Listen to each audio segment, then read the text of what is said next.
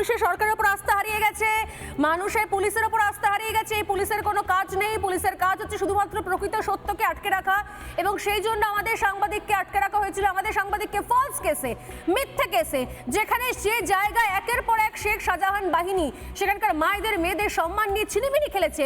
সেখানে আমরা সেই ঘটনার কভারেজ করতে গিয়ে সেই ঘটনা তুলে আনার জন্য সেখানে আমাদের সাংবাদিক যাওয়ার পর তাকে মিথ্যে কেসে ফাঁসানো হয়েছে, এবং যেখানে ভিডিও ফুটেজে ক্রিস্টাল ক্লিয়ার ভাবে প্রমাণ হয়ে গেছে কোর্টে গিয়ে যে সেখানে কত দূর থেকে সাংবাদিক কভারেজ করেছেন, এবং আধ ঘন্টা ধরে ইন্টারভিউ দিয়েছে যার বিরুদ্ধে অভিযোগ, তার স্ত্রী আধ ঘন্টা ইন্টারভিউ দিয়েছে।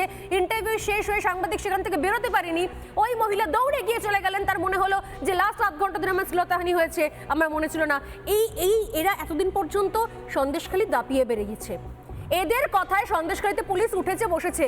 অরিন্দম দা, সেই পুলিশ আজ বিচার দিতে পারবে না। এই পুলিশের গালে অলরেডি চড়থাপ্পড় পড়ে গেছে আমাদের সাংবাদিককে ধরার জন্য, আজকে যে কারণে হ্যান্ডশেক করে বার করে দিতে হয়েছে। কিন্তু মানুষ কি করবে? মানুষ তো এরপর এখন রাস্তা পাচ্ছে, তারা তো অগ্নিগর্ভ হয়ে রয়েছে, তারা তো আগুন জ্বালাচ্ছে রাস্তাঘাটে, তারা পুলিশকে আটকে দিচ্ছে। মানুষ কি করবে এরপর? রাষ্ট্রপতি শাসনই কি একমাত্র পথ? কি বলবেন?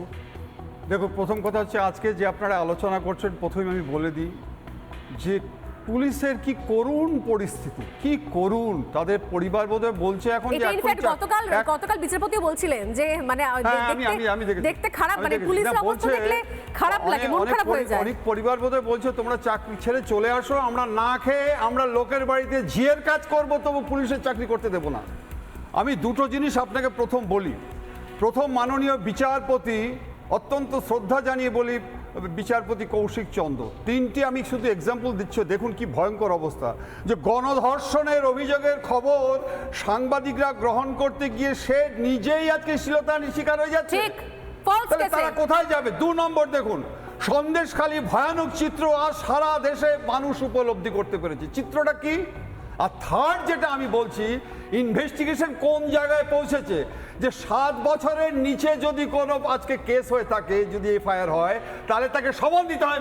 ম্যাডাম আপনি জানেন যে সেকশনগুলো করেছে সেগুলো, যেটা বিচারপতি 5 নম্বরে বলেছে যে 7 বছরে কম শাস্তির এফআইআর হলে নোটিশ দেওয়ার নিয়মটা কি পুলিশ জানে না? আচ্ছা, এবার আমি আপনাকে বলি, আমি আর বাংলা থ্রু দিয়ে আমি মাননীয় শ্রী অর্ণব গোস্বামীকে একটা মেসেজ দিতে চাই। It is my humble supplication to you, যে আপনাদের সাংবাদিকরা at the risk of their life যে সত্য জিনিসটা উদ্ঘাটন করার প্রচেষ্টা করেছে, যেটা সারা বিশ্ববাসী দেখেছে, আপনাকে আমার অনুরোধ যে আপনি আর Bangla news daily paper publish করার ব্যবস্থা করুন। আমি আপনাকে কথা দিচ্ছি, within a very short period 2 মাসের মধ্যে 10 লক্ষ পেপার বিক্রি হয়ে যাবে, এবং তার মধ্যে সত্য মিথ্যা, পুলিশ ভালো কাজ করলে ভালো, খারাপ কাজ করলে খারাপ। কারণ অন্যান্য টিভি চ্যানেলও করেছে।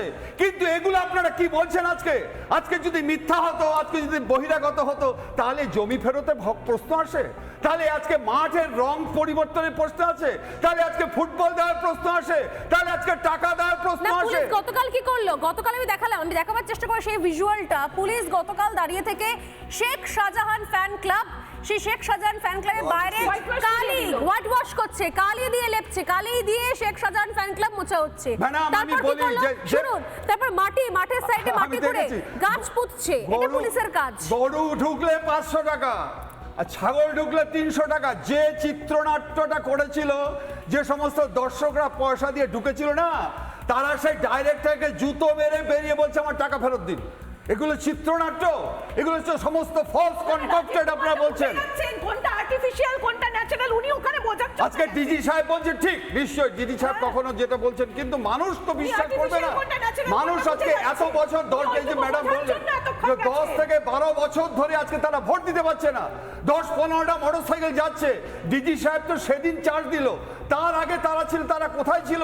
ভোটটা দিতে পারছে না। পুকুরে আজকে জমিগুলোতে আজকে লবণ জল ঢুকিয়ে দিচ্ছে টাকা না দিলে। এটা কোন রাজত্ব? যারা অ্যাডমিনিস্ট্রেশনে রয়েছে, আপনাদের জন্য পুরো পুলিশ বাহিনীর বদনাম। আমরা পুলিশে চাকরি করেছি, আমাদের পুলিশ মানুষ আমাদের কত শ্রদ্ধা করে, কিন্তু আপনাদের এক সংখ্যক পুলিশ যারা চাকরি করছেন, দোষ নেই। আজকে হচ্ছে সিস্টেমের দোষ। এই সিস্টেম কারা দায়ী? আপনি জানেন, আমি জানি, লক্ষ লক্ষ মানুষ আজকে জানে যে কোন অর্ডারটা আজকে আসছে। আইপিএসরা সাধারণত ক্যারিয়ারিস্ট হয়, কিন্তু আমি অনেক জানি অনেক আইপিএস অফিসার মাথা উঁচু করে চাকরি করছে। স্বর্ণালী ম্যাডাম, আমি আপনাকে শেষ এই করি, যে বলতে বড় বলতে দুঃখ হয়, বড় দুঃখ ছবি হয় দেখাচ্ছি আজকে যে যেভাবে শেখ নাকি সাজাদ ফ্যান ক্লাবে কালকে রং দেওয়া হচ্ছিল, হোয়াইট ওয়াশ করা হচ্ছিল না। আর বক্তব্য তাহলে উপায়টা কি অরিন্দম দা? উপায় উপায় হচ্ছে কি, সলিউশনটা কোথায়? শোনো, নদীর পুকুরের জল যদি দূষিত হয় না, সমস্ত জলকে বের করে চুন দিয়ে আবার পরে জল দিতে হয়। কারণ সন্দেশখালী আপনি শুধু বলছেন কেন? আপনি সন্দেশখালীটা কেন বলছেন? আজকে সন্দেশখালী ভারত স্বাধীনতার পরে যারা লড়াই করেছিল, যারা বাঙালি কোনোদিনও হাঁটতে শেখেনি, নন্দীগ্রাম দেখিয়েছে, সন্দেশগ্রামই দেখাচ্ছে, কিন্তু আর বাদ বাকিগুলো জায়গা যেখানে আজকে মানুষ তার মৌলিক অধিকার দিয়ে ভোট দিতে পারছে না। আজকে মমতা বন্দ্যোপাধ্যায়কে শ্রদ্ধা জানিয়ে বলছি, যে সমস্ত প্রকল্পগুলো করেছে কত সুন্দর, অসম্ভব সুন্দর, কিন্তু যারা প্রকল্প করার জন্য দায়িত্বে সব কটা চোর, ম্যাক্সিমাম চোর। 100 দিনের কাজের টাকা পায় না মহিলারা, এক বলছে সেকেন্ড। 100 দিনের কাজের টাকা আমরা নিচ্ছি, সেগুলো ছিনিয়ে নিচ্ছে। যদি টাকা না দিতে পারি তাহলে আমাদেরকে বলা হচ্ছে, একজন ভদ্রমহিলা তা তিনি বলছেন যে আমাকে লোন নিতে হয়েছে, ইন্টারেস্ট সহ লোন নিয়ে আমাকে তাদের কথা শোনাবো, তাদের কথা শোনাবো। আমি তাদের কথা শোনাবো। সন্দেশখালীর মানুষরা কি বলছেন একবার শোনাবার চেষ্টা করবো। কি বলছেন তারা? দীর্ঘদিন ধরে পুলিশ এবং প্রশাসন নিয়ে কি বলছেন, তাদের বক্তব্য শুনিয়ে আমি আসবো রাজু ঘোষের কাছে। কি বলছেন সন্দেশখালীর মায়েরা, মেয়েরা, বোনেরা? প্লিজ একবার টিমকে বলবো চালাতে।